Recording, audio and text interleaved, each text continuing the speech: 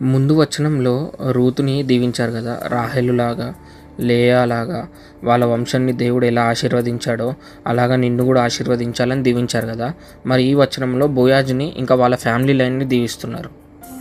ఎఫ్రాతాలో నీకు క్షేమాభివృద్ధి కలుగును గాక అని, బెత్లహేములో నీవు ఖ్యాతి నొందుదువు గాక అని దీవిస్తున్నారు. ఇప్పుడు ఇది మనం కనెక్ట్ చేసుకోవచ్చు కదా. బెత్లహేము ఎఫ్రాతా అంటే మనం ఇది యేసుక్రీస్తు ప్రభువారి వరకు తీసుకెళ్ళిపోవచ్చు కదా, సేమ్ ప్లేస్ కదా. రూతు వల్ల నీ కలుగు సంతానము, నీ కుటుంబము తామారు యూదాకు కనిన పేరేసు కుటుంబం వల్లే నుండునుగాక అని అంటున్నారు.